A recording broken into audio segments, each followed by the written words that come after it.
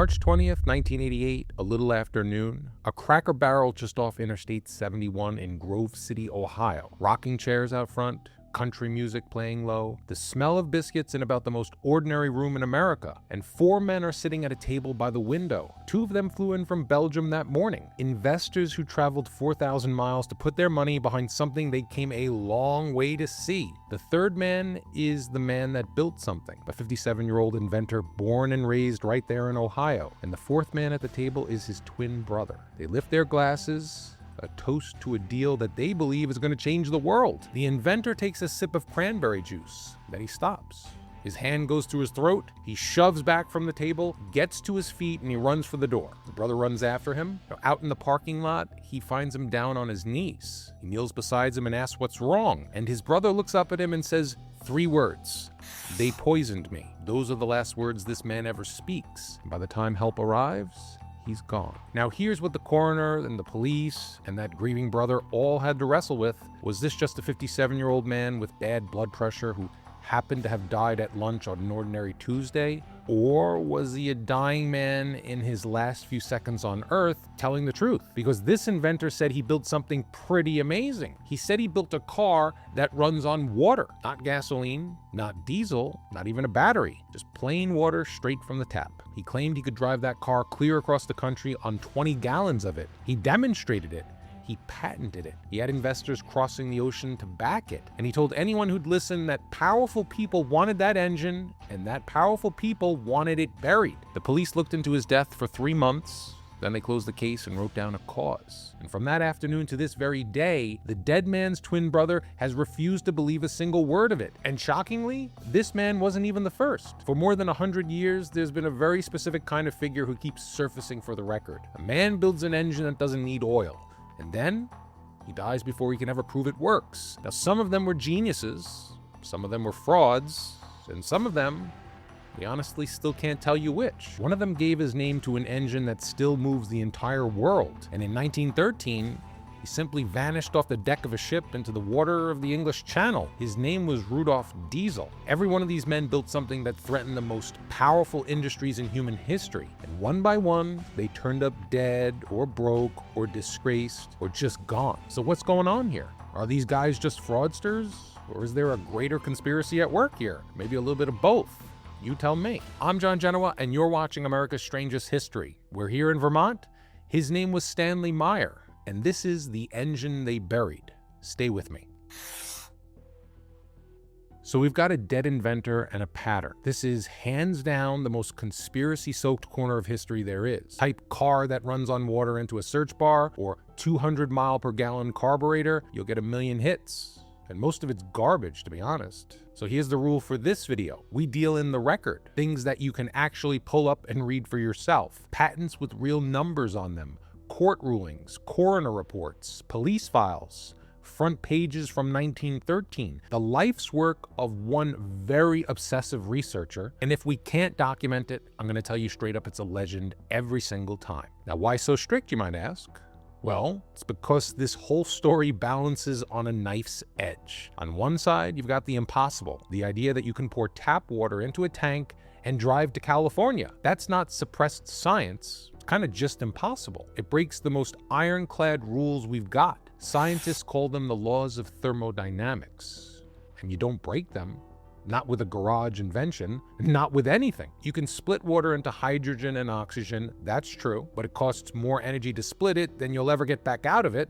You always come up short. A machine that beats that math has a name, a perpetual motion machine. Nothing like that's ever existed. Not once.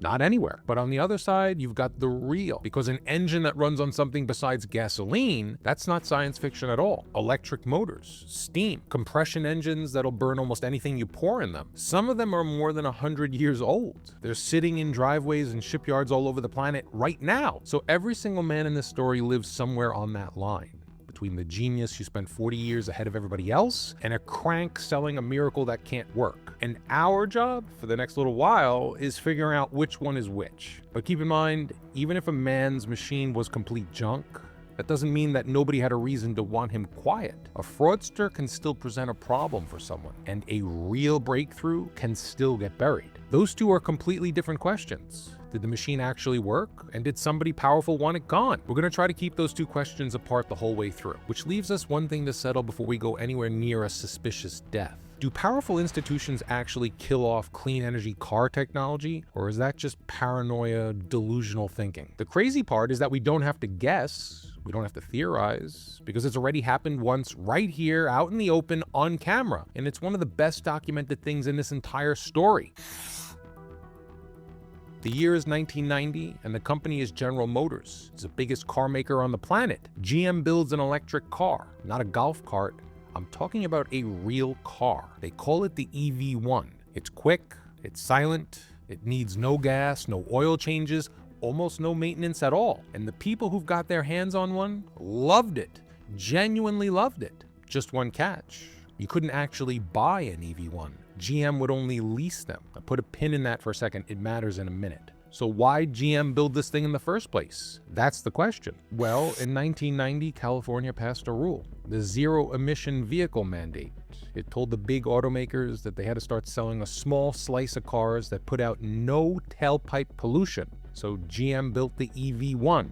Honda built one, Toyota built one. The engineers did their job and the cars were good. But here's where it turns. While the engineers were busy building clean cars, the very same companies sent their lawyers and their lobbyists out to kill the rule that made them do it. And in March 2003, they won. California caved and gutted its own zero emissions mandate. And the second that rule was gone, GM wanted its electric cars back.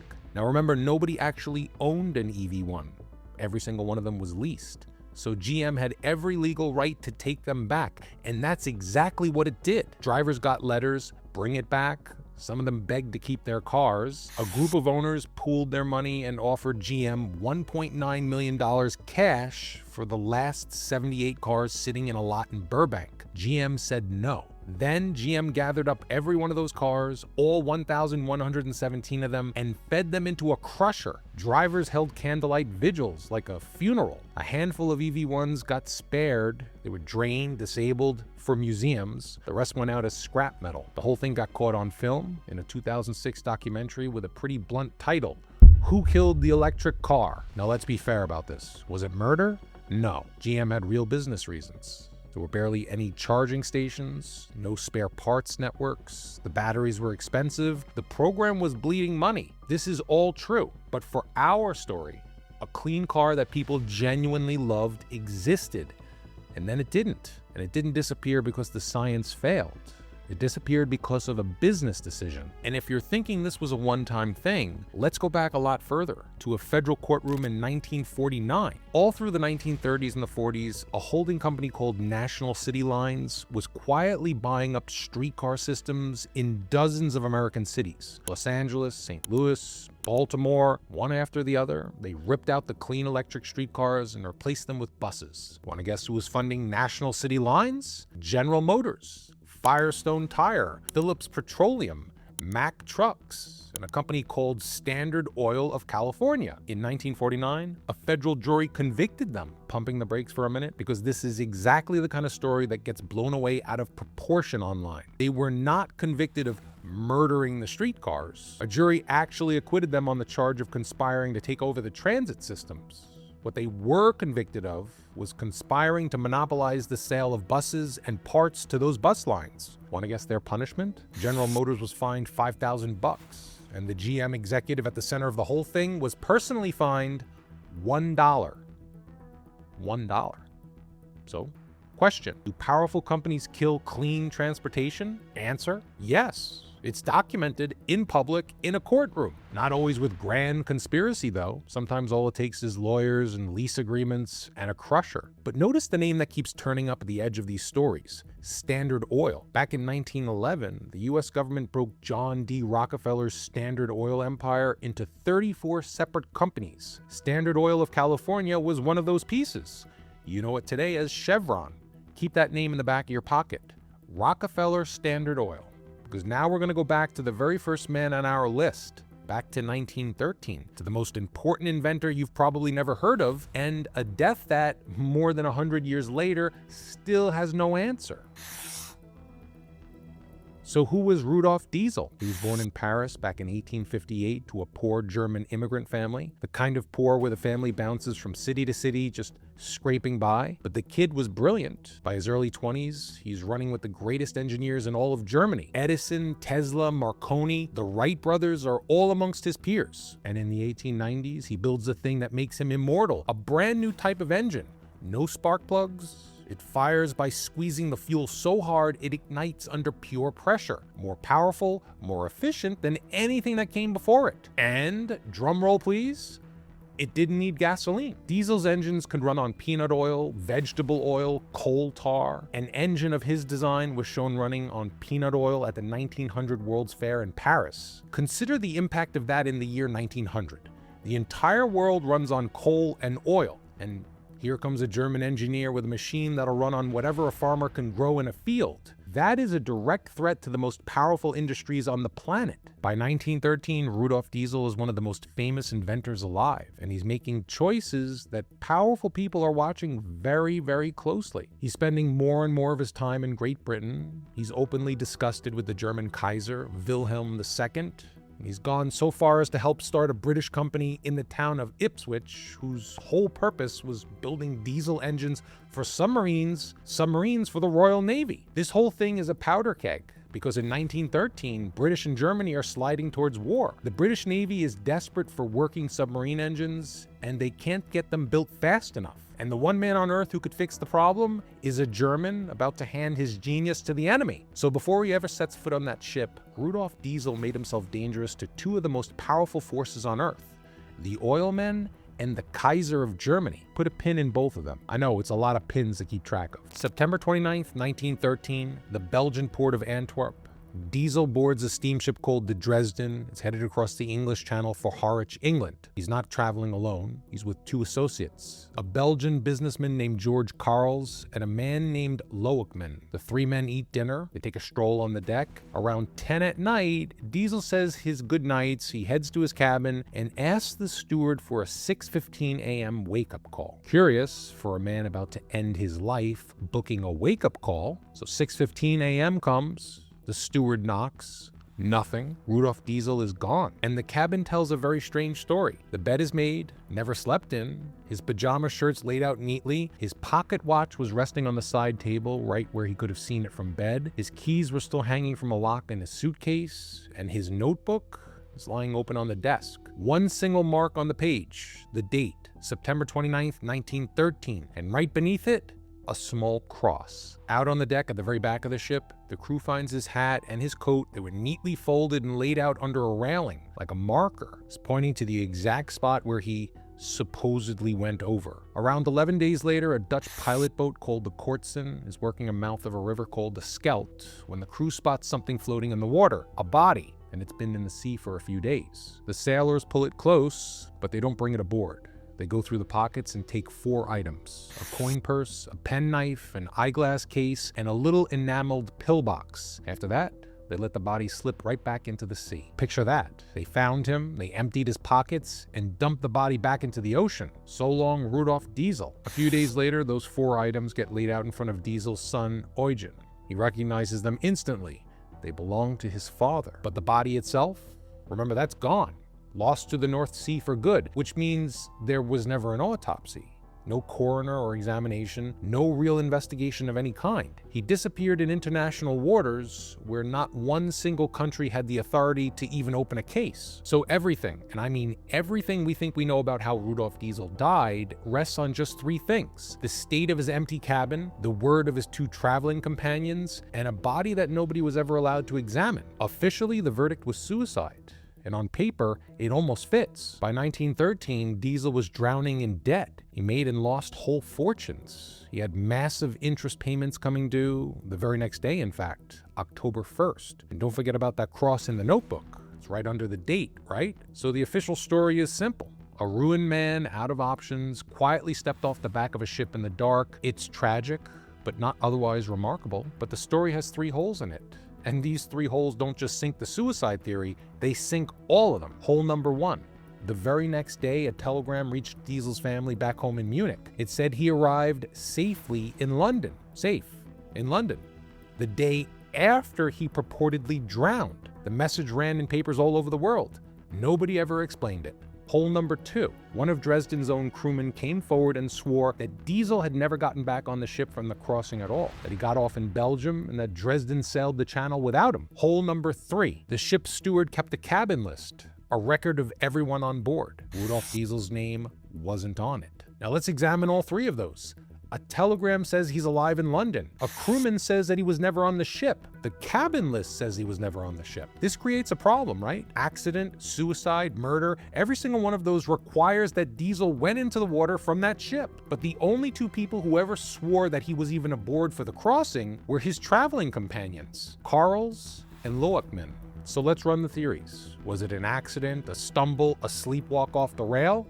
No.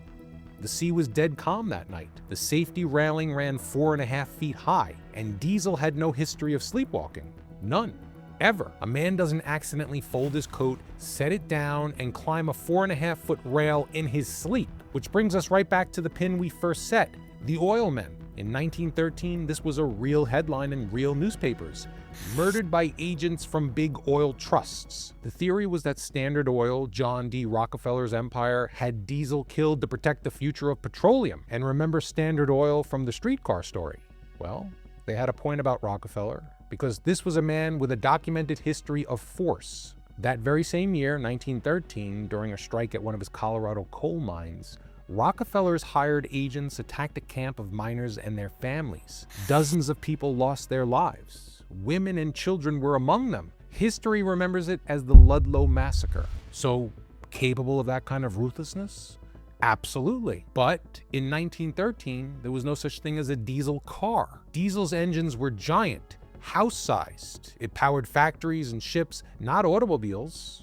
The diesel truck and the diesel car were still 10, 20 years down the road. So the idea that Rockefeller had him killed in 1913 to stop the diesel automobile doesn't really hold up. The threat was real, but it was a threat to oil's future, not to oil's present. And that is exactly why a lot of researchers point to the other pin we set, the Kaiser. Because Diesel was about to hand submarine technology to the British on the eve of a world war. To Wilhelm II, that wasn't an inventor chasing a contract. That was treason. A national weapon walking straight into enemy hands, and the Kaiser's Germany was more than capable of making a problem like that disappear. But both of those murder theories smash into the very same wall as the suicide theory. The telegram, the crewman, the carbon list. If Rudolf Diesel was never on that ship, then nobody pushed him off it. Which leaves us with one last possibility, and it's the strangest one of all.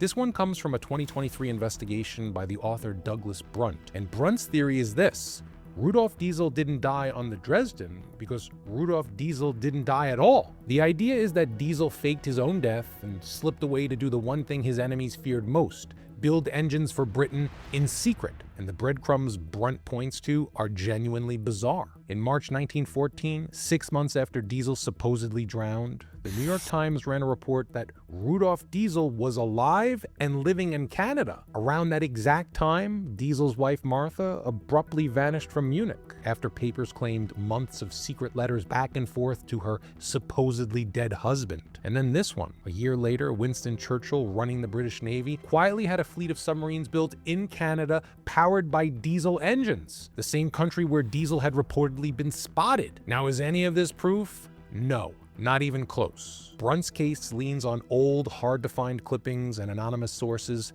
It's a theory, a fascinating one, but a theory. So here's where Rudolf Diesel leaves us. A genius who built an engine that didn't need oil, who made enemies of both big oil and the emperor, who vanished off a ship that he might have never been on, and whose body got thrown back into sea before anyone could examine it. Suicide can't survive the telegram. Accident can't survive the railing. Murder's out from the cabin list, and the he faked the whole thing can't be proven. 4 theories, none of them fits every fact. That is what a real mystery looks like. Diesel sits at one end of the line that we drew, the genius end, a real engine, a real threat, a death nobody on Earth can explain. Now we're going to fast forward to the other end of that line, back to the Cracker Barrel in Ohio, back to the man who swore his car ran on water and that they poisoned him for it, because his machine, by the laws of physics, couldn't possibly have worked. So how do you explain what happened next? We met this man at the very start of the show. A 57-year-old inventor down on the pavement outside Cracker Barrel telling his twin brother that they poisoned him. His name was Stanley Meyer, and to know whether the dying accusation was paranoia or the honest truth, we gotta understand what this man spent his whole life building. Stanley Meyer wasn't a trained scientist. Meyer was a self-taught inventor out of Ohio, deeply religious, absolutely certain he was doing the Lord's work. And what he claimed to have built was the Holy Grail. He called it the water fuel cell. The claim is pretty straightforward. A device that could crack ordinary water apart into hydrogen and oxygen using almost no energy at all, then burn the hydrogen to run the engine. He bolted the thing onto a dune buggy and drove the reporters around in it. He was swearing up and down that it ran on water and water alone. And he wasn't just some guy with a YouTube channel in a garage. Meyer landed more than 20 United States patents. Real patents with real numbers on them. One of them, number 4,389,981, is flat out titled Hydrogen Gas Injector System. In 1995, the BBC actually sent a film crew to Ohio to build a whole documentary around him, narrated by the legendary science fiction author Arthur C. Clarke. And want to guess what they named it? It runs on water. Meyer told anybody who'd listen that his invention was going to free the entire world from oil. He claimed powerful buyers came knocking with enormous offers, and that he turned every single one of them down because he was terrified the technology would be bought and then buried. So, Stanley Meyer, a genius on one end, maybe a crank on the other, and I regret to say the evidence is brutal, because a car that runs on water and nothing else, that's not a suppressed miracle. That's the perpetual motion machine that we talked about earlier. The one that kind of breaks the laws of physics clean in half. In 1996, this stopped being a matter of opinion. Two of Meyer's investors hauled him into a courtroom in Ohio, claiming that the man defrauded them. So the court brought in an expert witness to actually examine the water fuel cell. One of them was a professor of engineering at the University of London. Here's what they found. The miracle device was nothing but ordinary electrolysis, splitting water the same ordinary way a high school science class does it. So it's burning up far more energy than it can ever hope to put out. The judge's ruling didn't mince words. He called Stanley Meyer's invention a gross and egregious fraud. He ordered Meyer to hand his investors back their $25,000. Oh, and one more little detail. Through the entire case, Meyer refused to let anyone run a clean, independent test of his car. So that's it then, right? Seems pretty straightforward to me. No brainer. Case closed. The man was a fraud. 2 years later, he keeled over at lunch. Well, not so fast, because the way Stanley Meyer died has a few loose threads that, to this day, nobody's ever tied off. When Meyer collapsed, the Grove City police opened a real investigation. A detective named Steve Robinette ran the whole thing. The Franklin County coroner handled the autopsy and the toxicology. The official verdict? A cerebral aneurysm, a weak spot in a blood vessel in his brain, worn down by years of high blood pressure that simply burst. And the toxicology screen came back clean. No poison, nothing. So by every official measure, Stanley Meyer died of natural causes. But here's loose thread number one. Sitting at the table were the two men who flew in from Belgium, Philippe van der Mortele and Mark van Cryenest. They were eyewitnesses to the death of a man who, in his very last breath, screamed poison, and their witness statements are missing from the police file. They're just not there. Loose thread number two. Now, as a licensed attorney, this one gets me. In a court of law, the final words of a dying man carry special weight. There's a name for it. A dying declaration, and the law actually treats it as real evidence on the theory that a man with seconds left to live really has no reason to lie. And Stanley Meyer's dying declaration was just 3 words. You already know what they were, but before you go deciding that this was a hit job, consider this. One of those Belgians, Van der Mortele, didn't just meet Stanley Meyer that afternoon. He'd been quietly funding this man for years. He called him a friend, and people don't generally fly 4,000 miles to poison a man that they've bankrolled for years and consider him a friend. So let's go back to our 2 questions. Did the machine actually work? No. The court, the experts, and the laws of physics are in total agreement. It couldn't have worked. Did somebody powerful want Stanley Meyer gone? Now, here's where it gets uncomfortable, because a man can be a complete fraud and still die under circumstances that just don't add up. They aren't mutually exclusive. Maybe Meyer's body simply gave out at the worst possible moment in front of the worst possible witnesses with the worst possible last words a man could choose. Or maybe a guy who spent his entire life insisting powerful enemies were out to get him turned out to be right exactly once. The coroner closed the case. His twin brother never did. You tell me. It's just that here's the thing about Stanley Meyer. Nobody ever shot at him. Nobody ever threatened him, at least not that we can prove. The man may have honestly just died. But the next inventor on our list, there's no maybe about what happened to him, because in the spring of 1981 in El Paso, Texas, somebody walked right up to a young inventor and shot him. That young inventor had a name, Tom Ogle, and for about 5 minutes in the late 70s, he was a star. El Paso, Texas, Tom Ogle is barely out of his teens, a self-taught mechanic with a wrench and a wild idea, and he claims he's cracked a problem that's tormented Detroit for half a century. Now, unlike Stanley Meyer, Ogle is not claiming that his car runs on water. His idea is at least grounded in something real. Ogle's theory throws out the carburetor completely. Instead of spraying liquid gasoline into the engine, his design turns the fuel into a vapor first, and then feeds the engine pure gas vapor. And the mileage he claims? Staggering. He bolts his system onto a 1970 Ford Galaxie, a big, heavy, gas-guzzling V8, about the least efficient car you could pick. The press nicknames it the Oglemobile. And Ogle swears that Galaxie gets over 100 miles to the gallon. Some reports put the number as high as 160. In 1977, he gives a public demonstration. He drives the thing from El Paso out towards Denning, New Mexico to prove doubters wrong. And in 1979, he makes it official. U.S. patent number 4,177,779. Now remember this moment in history here. There's an energy crisis. Gas lines wrapped around the block. Folks are furious at the pump. And here's a kid from El Paso saying that he can quadruple your gas mileage. National magazines, television crews. Tom Ogle becomes an overnight sensation. And then it all comes apart. April 1981, Tom Ogle is outside a bar in El Paso when a man walks up to him and shoots him. The bullet nearly kills him, but Ogle survives. The police post guards outside his hospital room. The shooter is never caught, never even identified, no arrest, no motive, no suspect, nothing. And from that hospital bed, Tom Ogle tells his lawyer something chilling, says he's convinced somebody's been slipping drugs into his drinks. So, is this a genius silenced for the invention that scared big oil?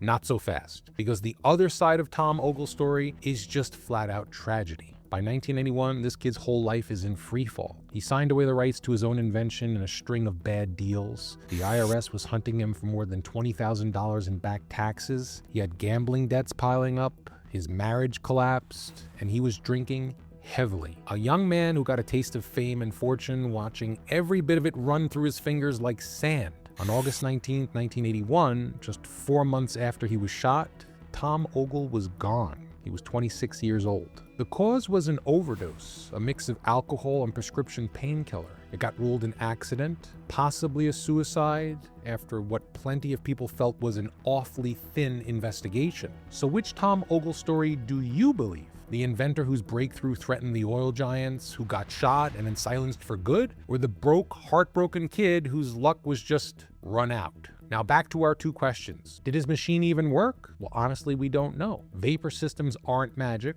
They aren't impossible. The trouble is that Ogle never once let that Galaxie get torn down and properly tested by anyone neutral before he died. As to the question of whether somebody wanted him gone, well, somebody walked right up and shot him. And to this day, not one soul knows who.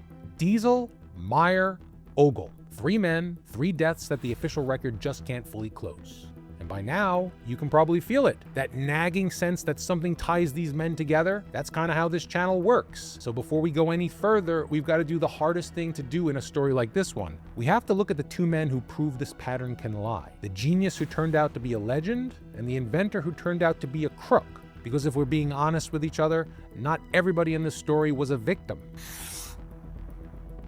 We've now got 3 men who might have been silenced for a breakthrough. But before we go deciding that's a real pattern and not just our own eyes playing tricks on us, we have to do something else. We need to hold these 3 cases up against the cases that look exactly the same from across the room and completely fall apart the second you walk up close. Because this story, the lone genius, the miracle engine, the evil oil men, gets told all the time. And most of the time, it's fairy tale. 2 names keep coming up over and over in this world: Pogue and Dingle. And these 2 are going to teach us how to tell a real mystery from a fairy tale. First, Pogue. It's 1930s. We're looking at a Canadian inventor out of Winnipeg named Charles Nelson Pogue. The story everybody repeats goes like this. Pogue built a carburetor that squeezed 200 miles out of a single gallon of gas. The oil companies panicked, they bought up his patent, and they buried it forever. Now that's a story. It's got everything. The miracle device, the greedy oil barons, the cover-up.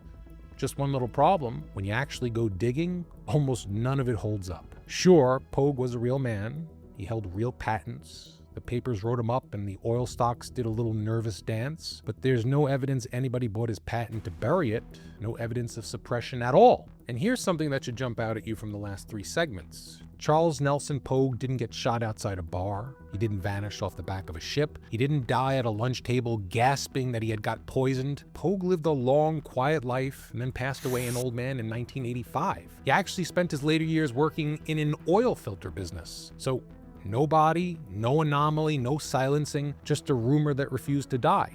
That is what suppression law looks like when there's nothing underneath it. A fantastic story and an empty file. Now for the other one.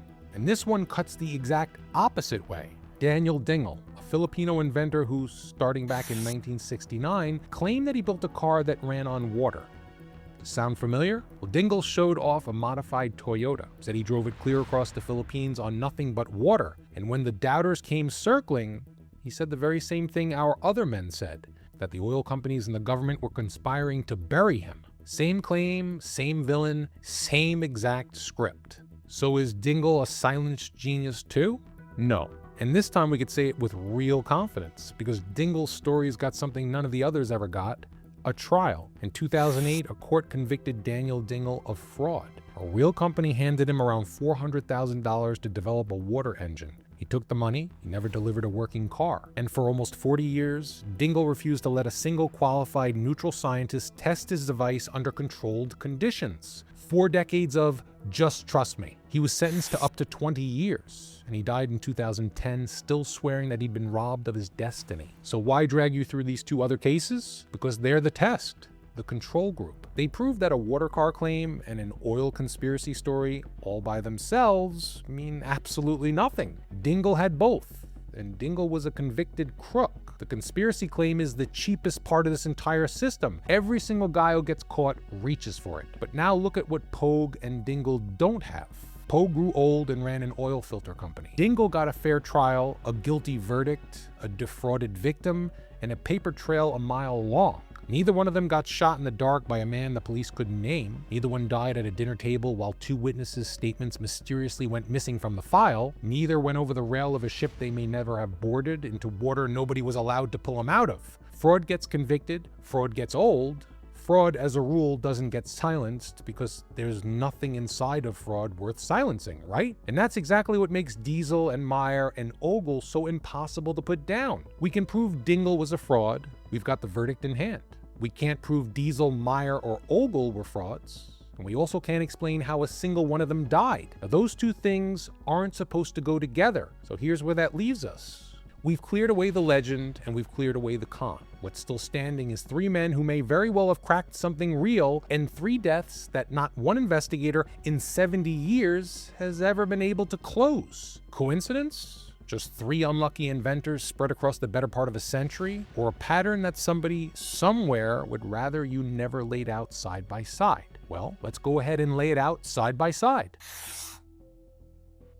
All right, 3 men, side by side, no theories yet, just what's on the record. 1913, the man who gave his name to the engine that still hauls freight for the entire world. He steps onto a ship in Antwerp. He's never seen alive again. The sea hands his body back and then takes it away again before even a single doctor's allowed to lay a hand on it.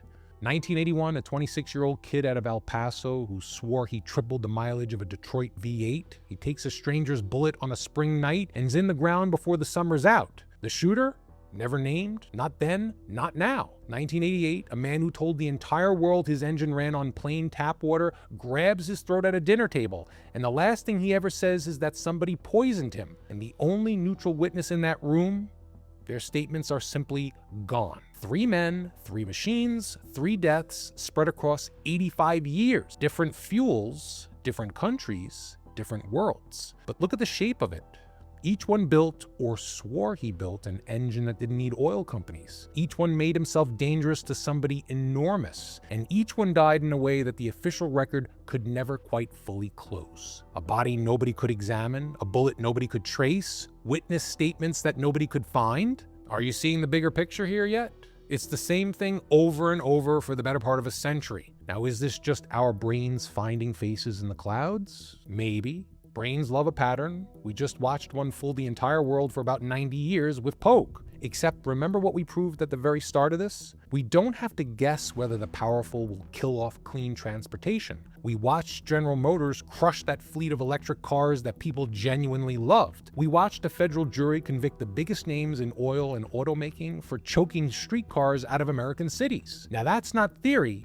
That's the documented record. So the question was never whether these people are capable of burying clean technology. We know they are. We've got the receipts. The only question is whether they ever took the next step and buried the men. And here I gotta be straight with you, the way I always am. We simply can't prove that. We can't prove Rudolf Diesel was thrown into the sea. We can't prove Stanley Meyer was poisoned over his cranberry juice. We can't prove anybody pulled the trigger on Tom Ogle to keep him quiet. We can't even prove all of their machines worked. Diesel's engine, that one absolutely did. It's under the hood of half the planet. Meyer's almost certainly did not. Ogle? We'll never know because nobody was ever allowed to look. But here's what we can say. Every one of these men were chasing the very same forbidden idea, a world that didn't have to run on oil. Every one of them frightened somebody who had the power to do something about it. And every single one of them died with the answer still locked inside his head and the case still lying open on the desk. So were they martyrs? Brilliant men silenced for trying to hand the world a way out from under the oil companies? Or were they just unlucky? A genius, a dreamer, and a kid way over his head who happened to die in interesting ways? I can't tell you the answer here. The body went into the sea. The shooter was never found. The statements never turned up, and the men who could have answered any of this, they're all long gone. All we're left holding is the pattern and the question. And maybe that's the most honest place in the world to leave it. Not with an answer, but with a question that won't sit still. How many real breakthroughs died in the dark right alongside the men who built them? And how would we ever know? You tell me. I'm John Genoa. This is America's Strangest History. Thanks for watching.